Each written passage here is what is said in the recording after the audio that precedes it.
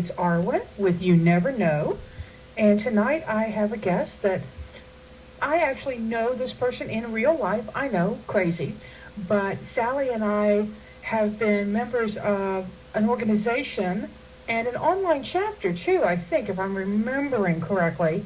Um, and that's part how we met. So we were both writers. We were both on the pre-published side. We're now both on the yay, we did it side.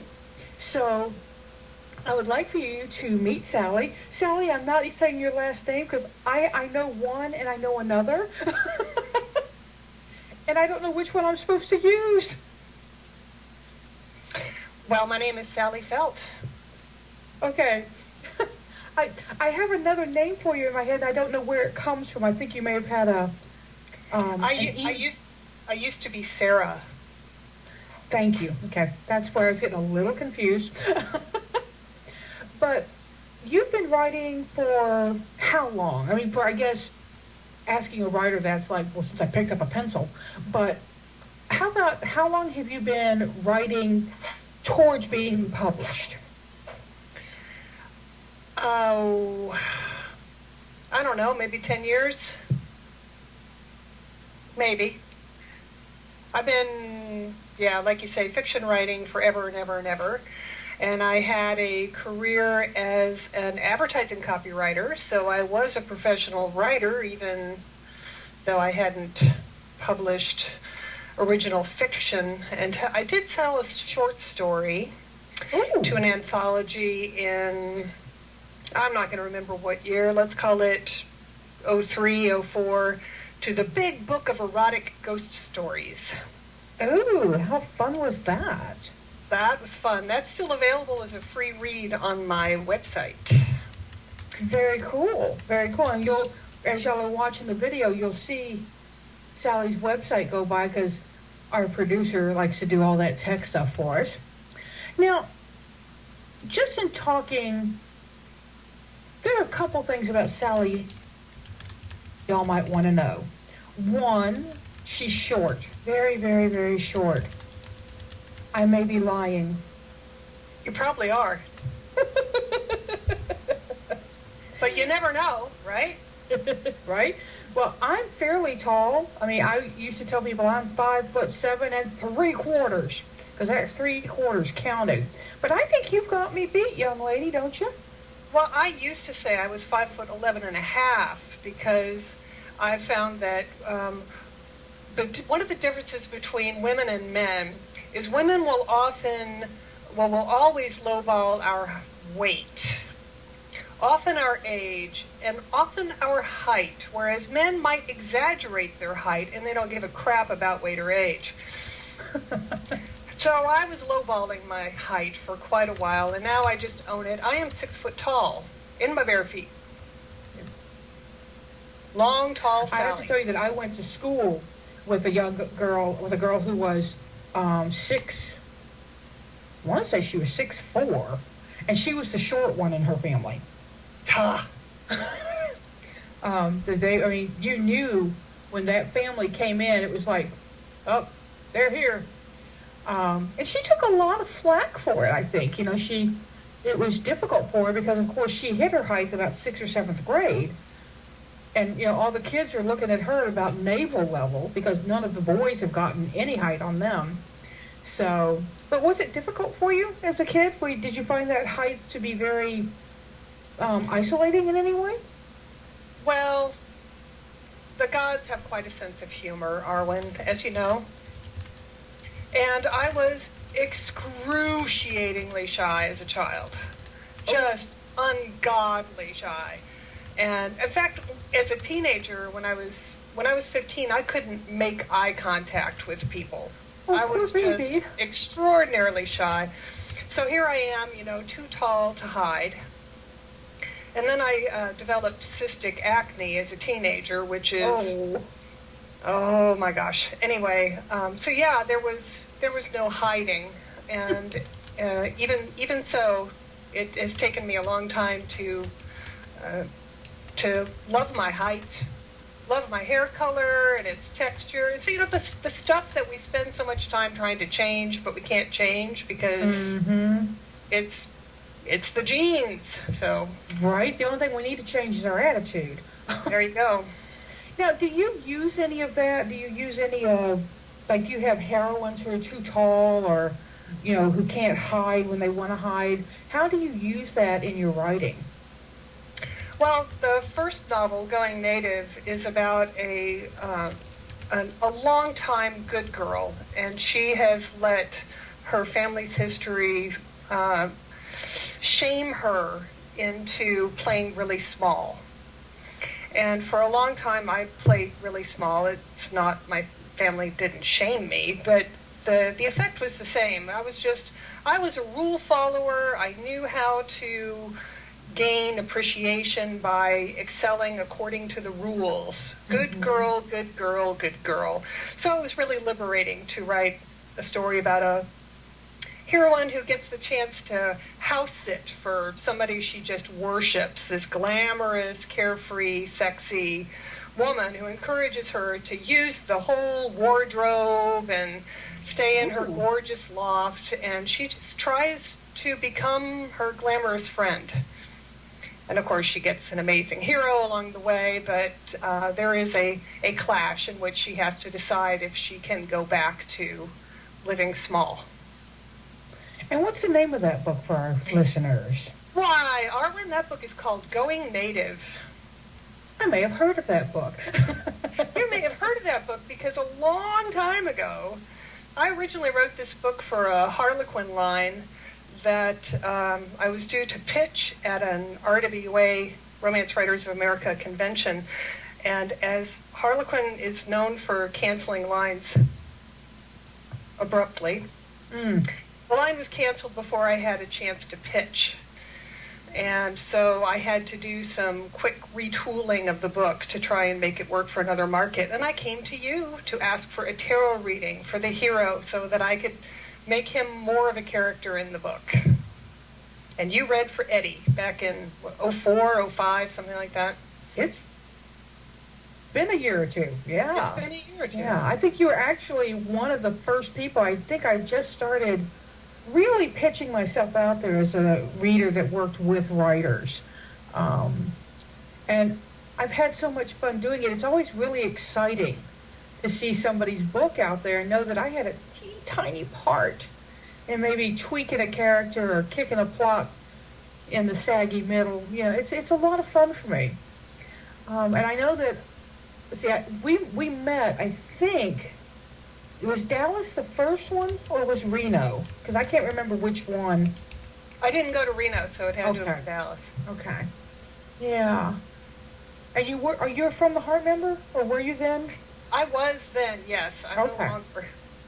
Okay, because that's what I thought. I thought we had that online chapter thing, because we... Oh, yeah. Yeah. And you taught the Tarot for Writers class from the Heart, and I have long looked to you as the card lady. But you found another mentor. You have a wonderful tarot person where you are, I know. Yes, indeed.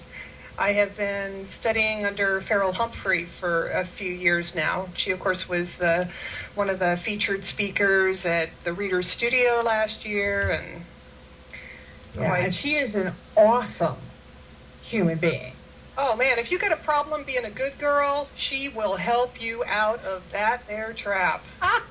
She will lead you to the edge of your comfort zone and show you that you can fly. Farrell has, I've long admired her, one, because of her hair. She's got the most amazing hair to me. It's just got this beautiful colored silver, and it's and she hoops, and I'm a hooper. She works with chakras. I work with chakras. So there's so much about her, and she does this living tarot, y'all. If you're in the Dallas-Fort Worth area, go to Meetup, look up Living Tarot, get involved. She does some off-the-hook stuff out there. She teaches by phone now, too, so go to her website and get her shtick. Yeah, definitely. She's somebody that I really admire, and I think that if you're looking for an awesome tarot teacher and you don't want me, plug. No, but dude, there are so many out there, but Farrell's one I would recommend to people, even without having taken a class from her. She just there's something about her presence that makes me trust her. So I was really excited when you told me you were studying with her, because I can't imagine, a better person to be an in-person with out there. Yeah. Now, we're chit-chatting away, y'all, and you may not know this or not, but Sally knows how to be quiet. You want to tell us about your retreat that you went on? So last year, one of my tarot buddies and I were swapping readings. And when she was reading for me, I think I was asking about my writing. And we were doing this little 3-card of, I don't know, something to do, something to think about, and something to love. Okay. Which is an awesome little 3-card. I love that. And in the something to do, she was stuck trying to figure out how to describe to me what she was getting for the card. And finally, all she could say was focus, which to me is a word like balance. What does it mean? I have no idea. What is focus? And so about a week later, I get this Facebook message from her. She goes, I pulled another 10 cards on focus, and here's what I want to tell you. I want to tell you that you need to go to this meditation retreat, and it's right out here in Kaufman, Texas. It's only like 30 minutes away from you, and it's free. Oh. And I said, well, heck, that's my price. Right? Who can't say yes to that? So it was the Vipassana meditation retreat, 10 days of noble silence. Noble silence is you not only do not speak, you do not make eye contact, you do not gesture, you do not read, you do not write. So total media fast, total in your own experience. You can ask questions of the teachers, but that's it. 10 days of silence. No writing, no journaling? No journaling. And I can understand why. Because journaling is kind of, you're narrating the experience as you're having it. And that changes the experience. And not being able to talk to other people means you can't compare your experience to anybody else's. Their needs and their opinions do not sway you. And you experience what you experience. And the hardest thing for me was realizing just how much in a day I talk to myself out loud. So, the wake-up bell would ring at 4 a.m., and I would immediately start talking to myself, and then I'd have to shush myself because even hearing my own voice was not supposed to happen. Right. So that was interesting. It was interesting the night I found a scorpion in my bedroom, and not only could I not make a noise, I couldn't ask anybody for help. And because this was a Buddhist meditation retreat, I had promised I wouldn't kill anything. So yeah, I had to go find an IRD, which is an insect relocation device, which was, those containers you get at the deli with potato salad in them, those little semi-translucent buckets? Well, that's an IRD, accompanied by a laminated sheet of paper, laminated for stiffness. So you come in and you drop the IRD on top of your unwanted roommate, slide the paper, you've got it, slide the paper underneath it, and escort it outside to release it. I'm pretty sure I wouldn't have been silent for that. I am known in my group of friends for alerting people 3 counties away when I see a cockroach or a scorpion. That was interesting. I'm pretty impressed. Then there was, I've already confessed to I'm a recovering good girl. And I was impressed by how far I had come when we were in the meditation hall one day, and we were being called up in small groups to the instructor at the front of the hall so that she could kind of check in with us. And this happened every few days. So I come up in the little group that I get called up in, and I'm the last one to be asked. She's asking everybody the same questions. They're, how are you working? Are you able to feel sensation in every part of your body? And blah, blah, blah. Well, I'd had a pretty difficult couple of first days. They were really dull. All we were doing was watching our breath, and I was about at the end of my wits. But the third day I was having a breakthrough, and I was so excited. So she comes to me and she asks me this question. She goes, she asked me the question of, how are you working? I said, oh my God, it's so wonderful. My brain has a job. It's looking for sensation, and it's like an eager dog with a job, and it's like, oh, here's one, I found one, and she is freaking out. I wish the video were working, Arwen, because she was like shushing me, and she's waving her hands, and the panic on her face. So we had absolutely no interaction between the genders, right? But the men are in the hall. They're just on a different side of the hall than we are. And the male instructor is sitting right next to the female instructor, who's his wife. And I can hear him snickering while his wife is freaking out. And I'm bouncing on my little cushion because I'm so excited. I'm whispering, but I'm very excited. And she's, having her reaction. Yeah, she's like, Now, if this had happened 10 years ago, 15 years ago, I would have been mortified to have freaked her out like that. Yeah. I would probably have gone to the shame place, and I would have tortured myself with this memory for days, if not months or longer.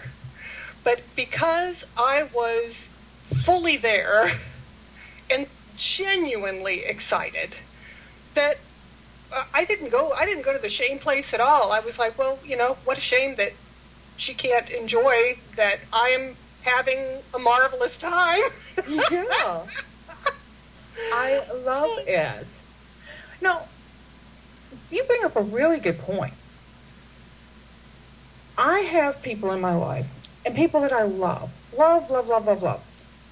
But the shame thing, they something bad happens and they cannot let go of it. It is, days, weeks, months later, if we're going to go, do something, and they'll say, oh, I can't go back to that restaurant. That's where I dropped that spoon, and the corn kernel fell on the floor Yep. in front of I can't go back there.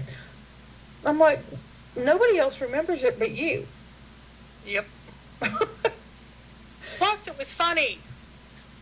Right? Particularly when the spoon flipped end over end. And I tell people it's like, get a paper cut. And paper cuts hurt, right? But then most of us go, ow, that hurts. Ow, that hurts. Yeah, still hurts. Leave it alone. So I get a little annoyed with people sometimes about that. I'm like, leave it alone. You're a snorter. I love snorters. I am so bad. I don't think I've snorted on the Thanks, Sally. You're welcome. That's my favorite part of laughter yoga, when we all just start to lose it. Laughing and snorting and... Yeah, I've gotten old enough that I have other reactions when I laugh too hard. We don't need to go into that. Right, yeah, okay. My friend. Well, now, let's talk a little astrology. Oh, do. Because you and I have an interesting mix match. Now, what's your sun sign? Capricorn. Oh. I know, it's weird, isn't it?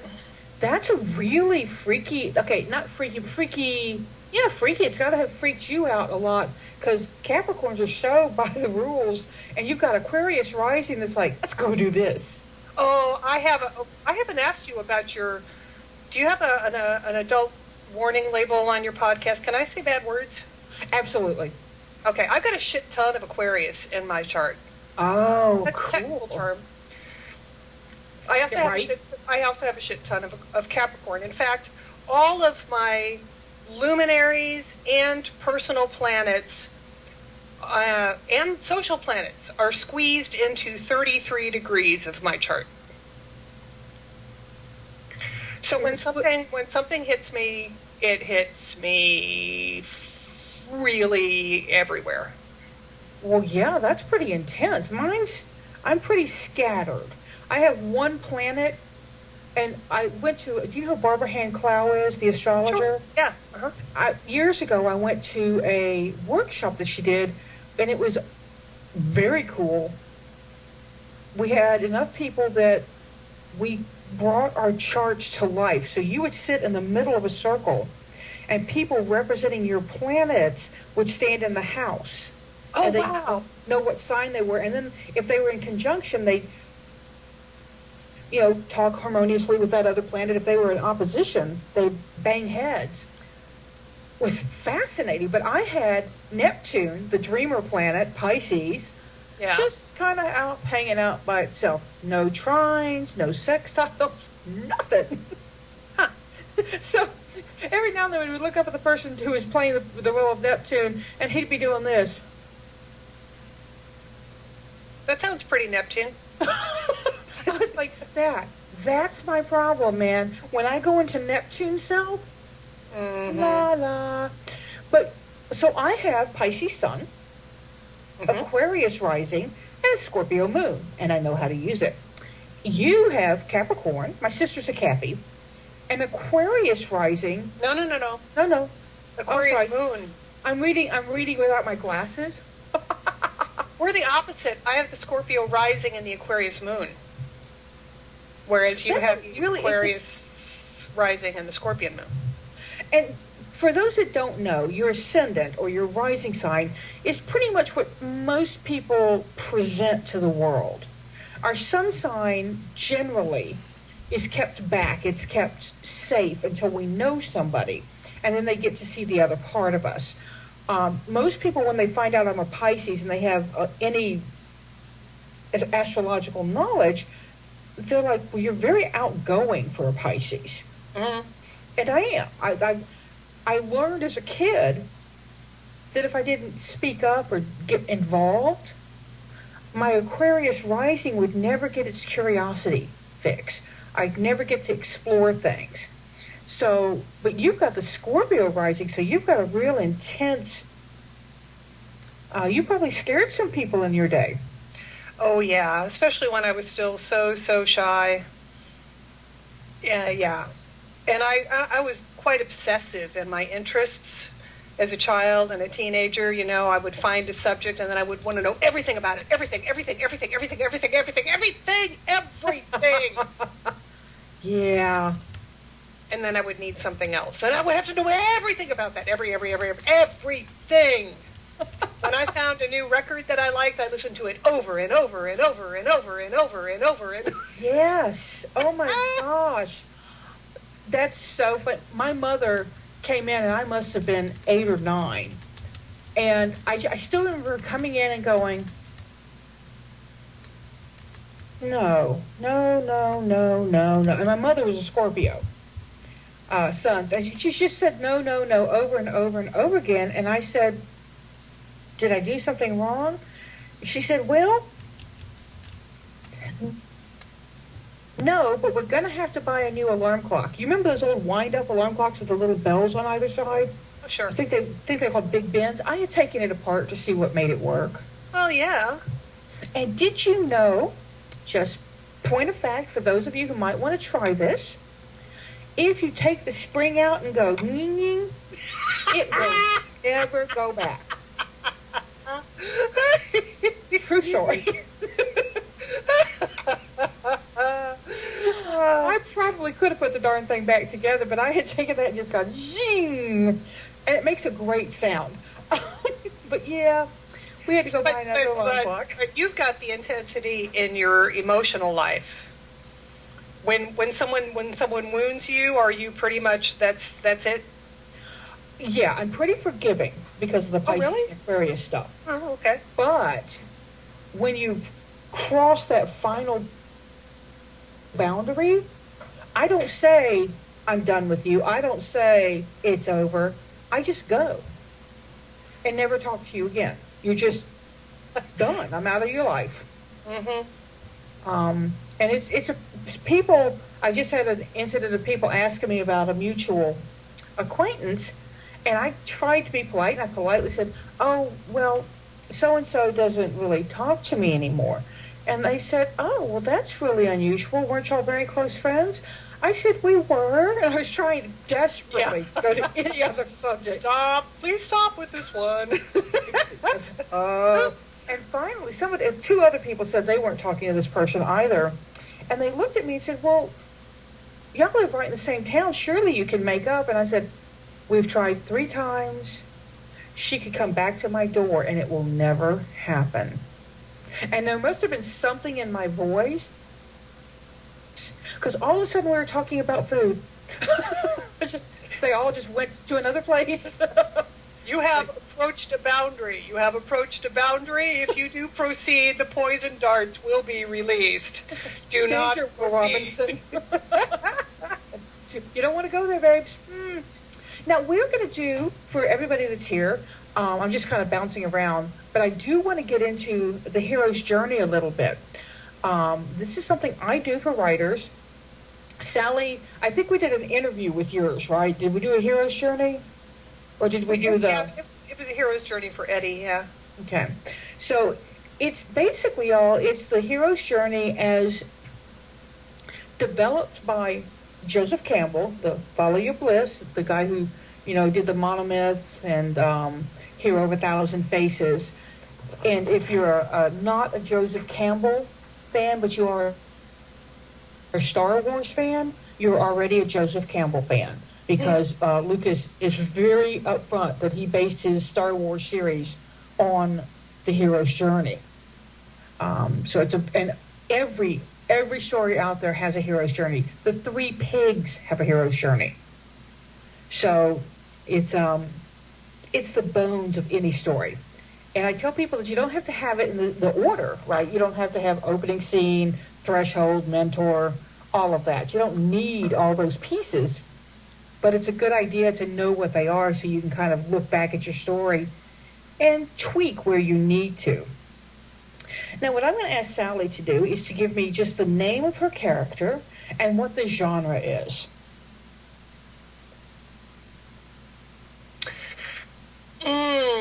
Well, actually, Arwen, I was going to throw you a curveball and ask if you could read the hero's journey for me as a writer according to my process. Because my process is kind of a mess, and the hero's journey might help me, it might give me some insight into how I can more reliably get to the end. That's a really interesting, yeah. Are you willing to play with that? Yeah. Now, are you left-handed or right-handed? Right-handed.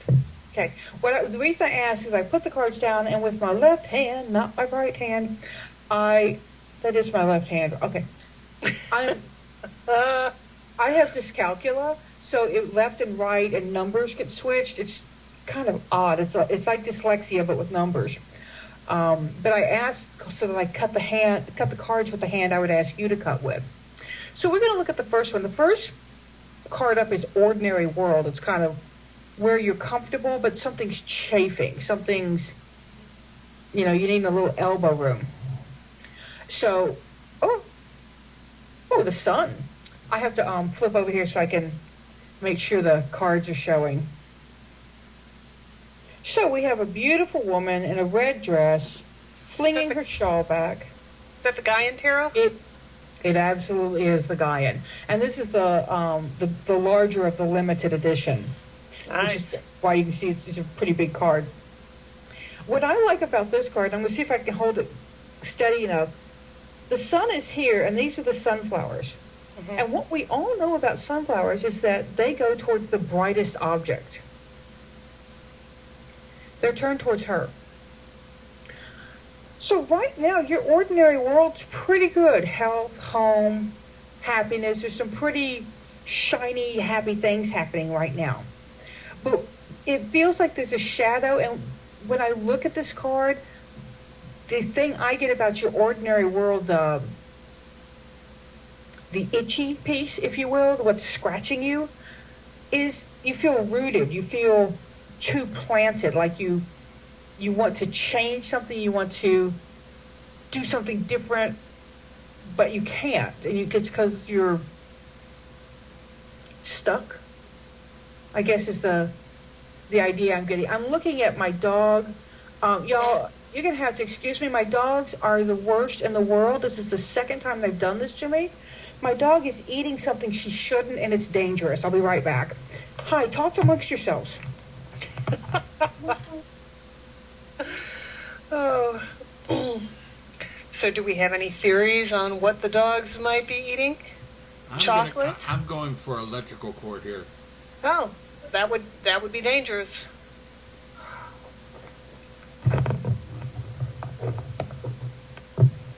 My apologies, y'all. That was quick. Oh, she was eating a paperclip. We were both wrong. Wow. I was way off. Is that what happened to the little paperclip on Windows? No, okay. I don't know why we can be living in the same house for weeks, and until I do something like this, then she acts out. But so that's what I get from that card, is about the being, like, it's almost like you're almost too happy, like things are almost too good, like where's the shoe kind of an experience. And so in the ordinary world, there's a need to change. So like Luke's ordinary world is the farm with his aunt and his uncle. And, you know, his whole itchy, scratchy part is he wants to be a Jedi Knight, man. He wants to go fight. And he can't. So there's something in you that wants to be that Jedi Knight, that wants to kind of make that break, that change, but you're kind of, something's holding you where you are. The next card is the moment when the hero becomes aware of what needs to be done. This can be called a lot of things. It's generally called the call to adventure. It's what makes the hero go do something crazy. For Luke, we'll just stick with Star Wars for right now.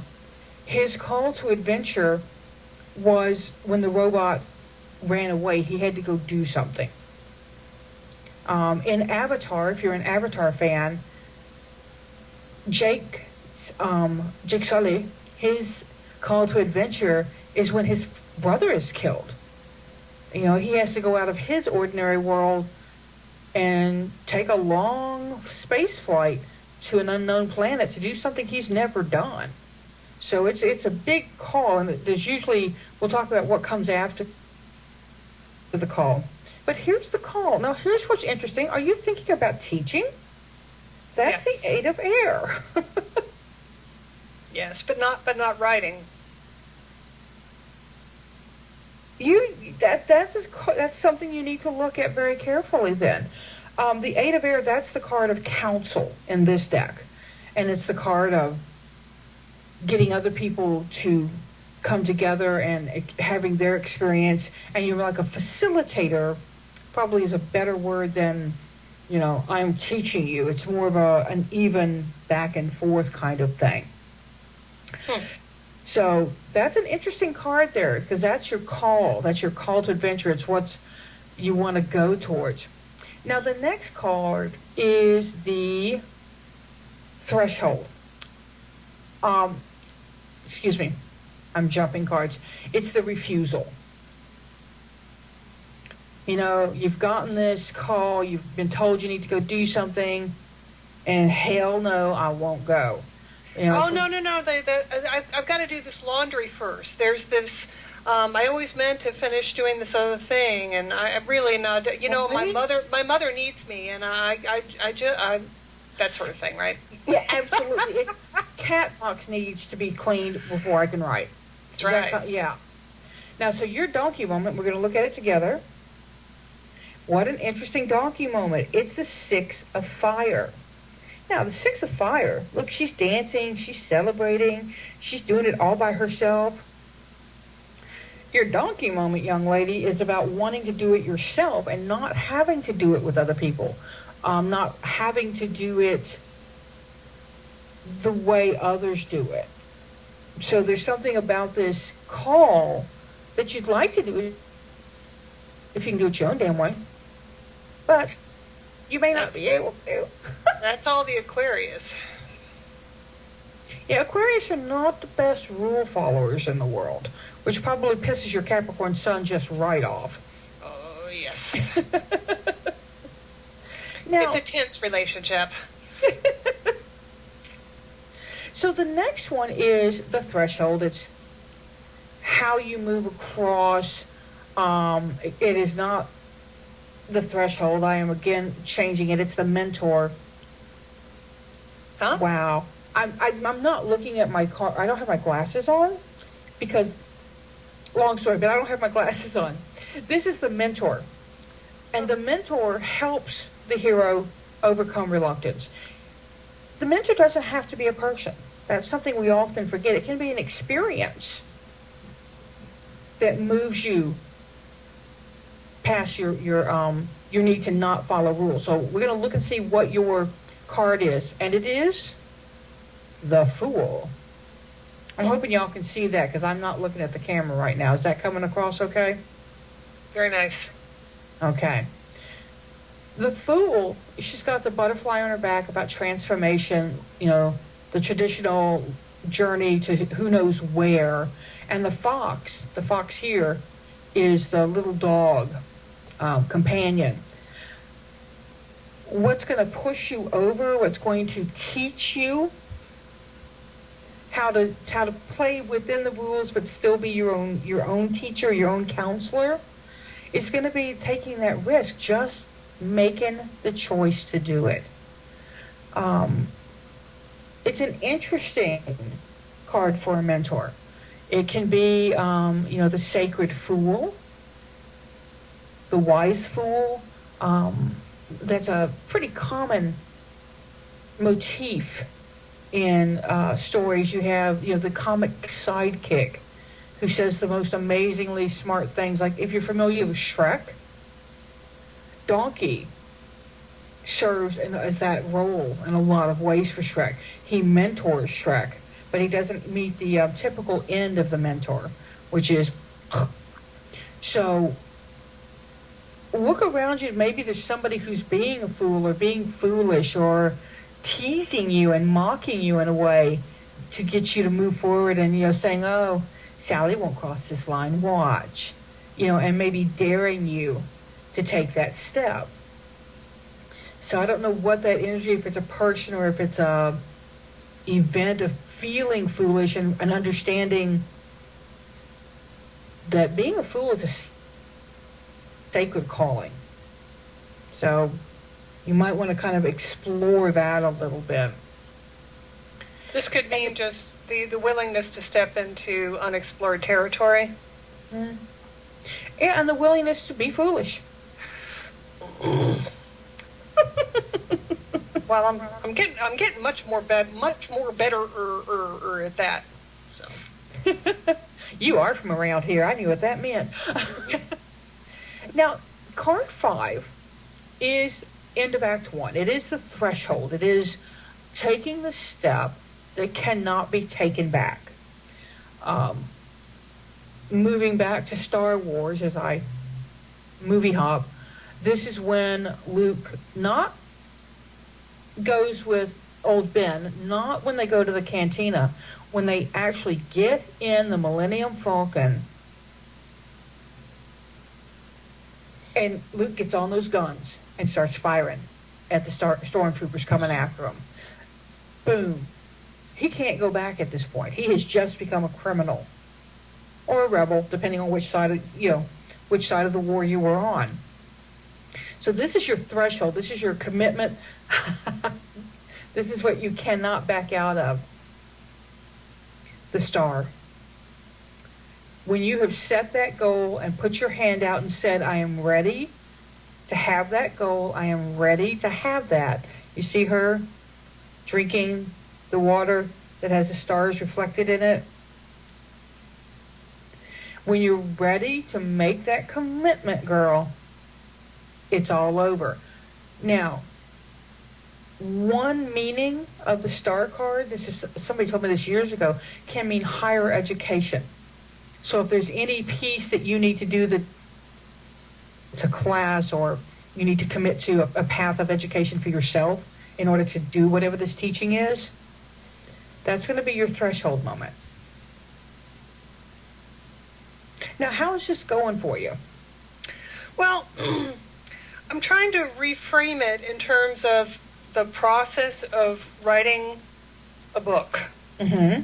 How I wrangle a story onto the bones of a novel. And framed that way, it kind of is starting to take a different flavor. Because to me, the ideal of... Okay, I'll start again. I believe my stories are real. I believe they are true, and that the characters are real people. Mm-hmm. They may be in some nearby dimension. I may never meet them in this reality. But somewhere, they're real, and they're having life. Mm-hmm. That would make a good story. And it's my job to get it down and get it right, and use my voice in getting it down. So my ideal process would be to basically channel the story. And right now I'm guessing too often.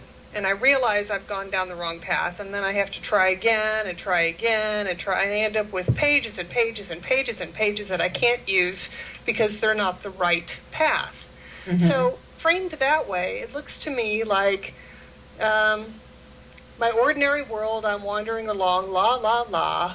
And the call to adventure comes when a group of characters in another dimension go, yo, we want you to tell this story. We're available. Are you? Right? And I'm like, oh my gosh, look at the time. I need to clean the cat box, blah, blah, blah, because it's, scary to have the responsibility of bringing the story through. Mm. And then that fool moment, that mentor moment would be like, okay, well, you need to surrender to this story and find out what happens when you just trust it and just go. In which case, what they're waiting for me from the star is a full commitment, a true surrender and a willingness to show up on the page. Yeah. Otherwise, they might find somebody else to tell that story. Or I could wrestle it for years and never get it right because I haven't fully committed. And I think the idea of higher education works because you have to go to a higher spot. Oh, true. Yeah. Yeah. You have to get out of, what is it, id, ego, superego. You have to get out of that lower self of, I'm the writer, I know what I'm doing, I can handle this, and move up to the, I need to trust what's coming through and just put it down. Right. And in my case, as a recovering good girl, it's, all the successful writers that I know plot their stuff, and they write on deadline, and they produce 2 and 3 and 5 books a year, and, mm-hmm. I should be doing that. And, as we know, you never should on yourself. Right? I shit on myself again. Well, and Kay and I, for those of you that don't know, I write with a partner. We went for a almost 2.5 year dead space. And I'm not saying that we didn't submit. I'm saying that we got rejected by our own publisher, which made us both go, oh, ow, really? But you're supposed to love everything we do. Mm. And it hit us hard. And I was in a new relationship. Kay had a new granddaughter. So there were a whole bunch of news going on in our life. But we finally got our should together and submitted literally 1, 2, 3 books in about a 2-week period. Oh. I think that's what our editor said. Wow. She's like, well, I'm glad you guys are writing again. And we got book 4 in our Lusting Wild, our Paranormal, is coming out actually Wednesday. It'll be out. So, and then we're already editing the next book, and then we've got the 3rd book waiting, and we're writing on some other stuff. But the way Kay and I write is sometimes, we'll get halfway through a book and then do a hero's journey because we really don't know what's happening. But because we write together, we generally have more than one project going on. And maybe as an Aquarius, having to focus and stay with one story is driving you bonkers. You may, squirrel. with your story, and so I find it much easier if I have more than one project. If one project, I'm like, ugh, these people are just talking to each other. I want to blow something up. I can, I can move to another story. So I don't know if you multi-write or not, but that might be something you want to play around with. I have about 5 unfinished books that I come back to, and I piddle with them again, and then when it's not working, I move on to something else. I'm hoping that you and the cards can, between the two of you, get a baseball bat to give me some clarity that I can finally tie one of those off. Well, let's look at that specifically. Let's jump from the hero's journey and go to a more organic. What do I have here? Oh, I have my 1-900 psychic deck.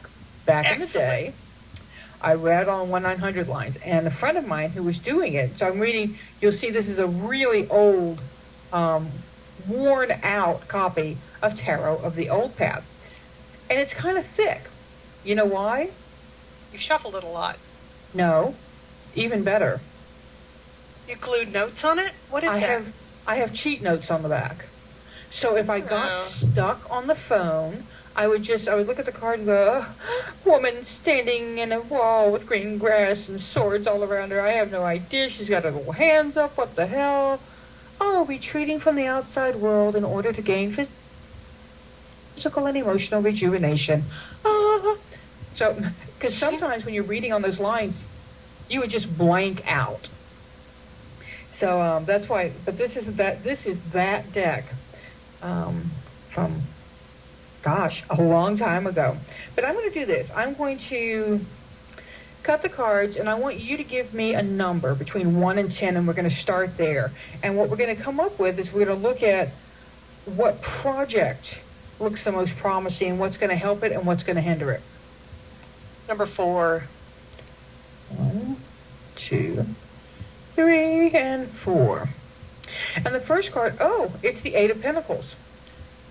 It's the card of learning, of apprenticing, of journeyman and master. So it's the story in which you're probably hero, if maybe the heroine, but it feels like the hero to me, is handyman, works with his hands. Hands-on is really important to him. Might be an earth sign since it's a pentacle card. And he's needing to finish something. He's got a project like a construction worker trying to get a house finished. That kind of, do you have a character that fits that bill?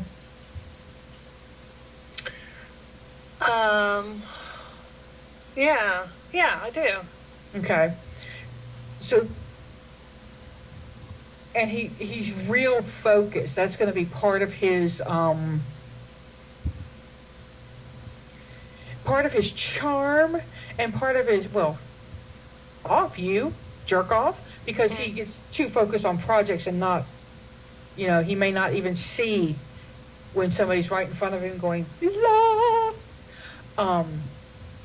For those of you who don't know what that was a woman ripping her shirt off.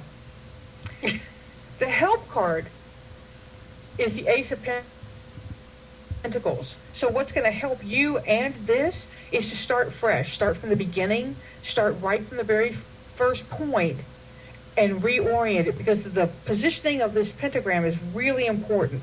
It points right at this house. Kind of hard to see because this poor card is so worn out. I gotta get a new deck. These cards are really pretty, y'all. They are not this dull. But he wants to have a family, but he thinks he has to finish this before he can have this. And he may be really surprised. The hinder card. Another earth card. Now, how interesting that we got all pentagrams or pentacles in this. I just have to go look and make sure. Yeah, the next card was not a pentacle. It was a cup card. So we've got a lot of earth, a lot of money. This story has a lot of community and where people fit in a community, how they interact together. So he may be either the new guy or he's somebody from a family that's been there forever, so he's expected, you're one of the Johnson boys. Therefore you will be blah, blah, blah. And so he may have to work at fitting into his own place. The Queen of Pentacles as the hinder card, probably he's got a few mom issues going on there. He's got a little bit of maybe an overbearing mother, not necessarily mean, but she's really, I know what's best for you, kind of. So I don't know if that hits the story or not. I could use that.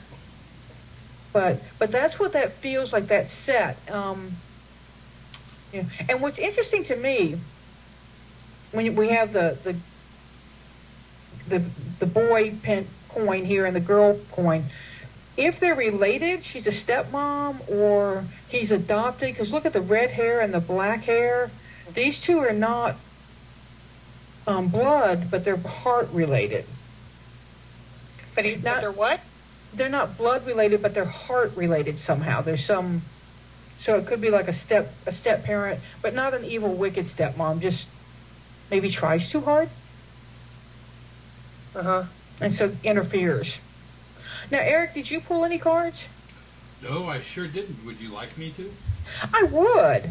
Eric sometimes jumps in with me, and I like it when he does because he's got a great perspective. Cool. I'll talk amongst yourselves while I shuffle. Shuffle, shuffle, shuffle. Well, I know that you've got, we talked about going native. Yeah.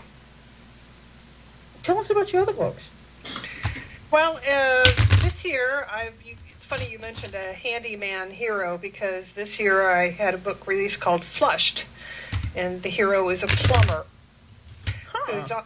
He's also a rock climber, but yes, the heroine feels a little flushed whenever he's around. And unlike the good girl of going native, I actually started with an astrology question in Flushed. I was like, well, what happens if I have a Leo woman and a man who's more of a straight ahead fire sign, like an Aries kind of an energy? Wow, that'd be a lot of clash, but good sex. Yeah. And funny that it was in Laura's Cave Blush release. So there's not a lot of sex on the page, but a lot of sexual tension. But it was fun for me as someone who was so shy to write a heroine who is full of self-confidence. She has no doubt that she's attractive, but she has been cheated on repeatedly, including, by her father was a cheater, and her brother is cheating on his girlfriend, and she's been betrayed by a couple of boyfriends, and she's just like, men are pigs. Well, now, go ahead. No, so, some readers have found her to be kind of an unforgiving bitch, and I'm like, okay, well, I think I motivated her. If you disagree, I can respect that. Yeah, but, it's okay. Somebody hit Kay with our second book in Lusting Wild, walked up to her at work and smacked her with the book, because the villain of book 1 is the hero of book 2. How dare you?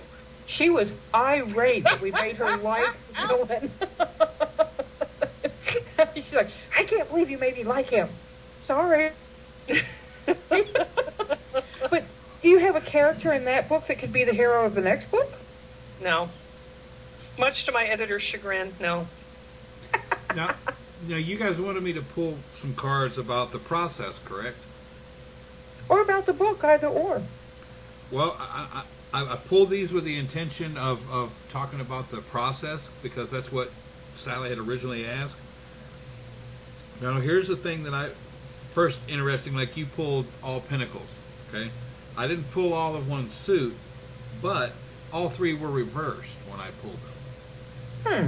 Okay, first card I pulled was a Queen of Swords, which I'm going to take to mean exactly what Sally had talked about earlier, that you're not really channeling. Instead of being in control, and like you said, the queen bitch, you were doubting. By it being reversed, you would be doubting that position. You've already said that. Second card I pulled was the Nine of Wands, and just so you know, the last card I also pulled was the Ace of Wands. I'm going to take the wands to be a pen metaphor, a writing instrument type metaphor. And with the 9, it's basically, it's almost work completed with the gentleman standing there holding a staff. You're almost done. But it's reversed, which I'm going to take that to mean that you're not done. You're just starting your writing. No matter what you have in the fire now, what you've already had published, you're just starting. That can also apply to your process because, like you said, you have multiple books. I think the suggestion that Arwen made would be an excellent one. Bounce around. Maybe even mix plots to a certain degree, if possible. Hello? I lost audio. I'm still here. Are you there? All right. No, I was just saying you should mix plots if you can. Mix what? The plots of your book. Maybe use similar situations in more than one book to tie things together. The last card I pulled was the Ace of Wands, reversed. So the Ace of Wands, would be it's a huge mystical hand holding a staff. But to take it to be reversed like that, I would say that it's trying to tell you to trust your intuition. This is going to go back to what you've already heard. To trust your intuition, to go with what you see, and then go back and look at it later. And sometimes it works, and sometimes it doesn't. But to channel it, trust your intuition first. And if it gets changed in the edit, well, so be it. That's what edits are for. Thank you. In my meager, furry opinion. And Sally, when he was talking, something that I got very strongly, and I didn't say this because I thought if somebody told me this, I would tell them they had lost their ever-loving mind, and I might not use the word loving. Look at the books you're working on and ask your characters if they're happy with who they're with or if they'd rather be with a character in another book.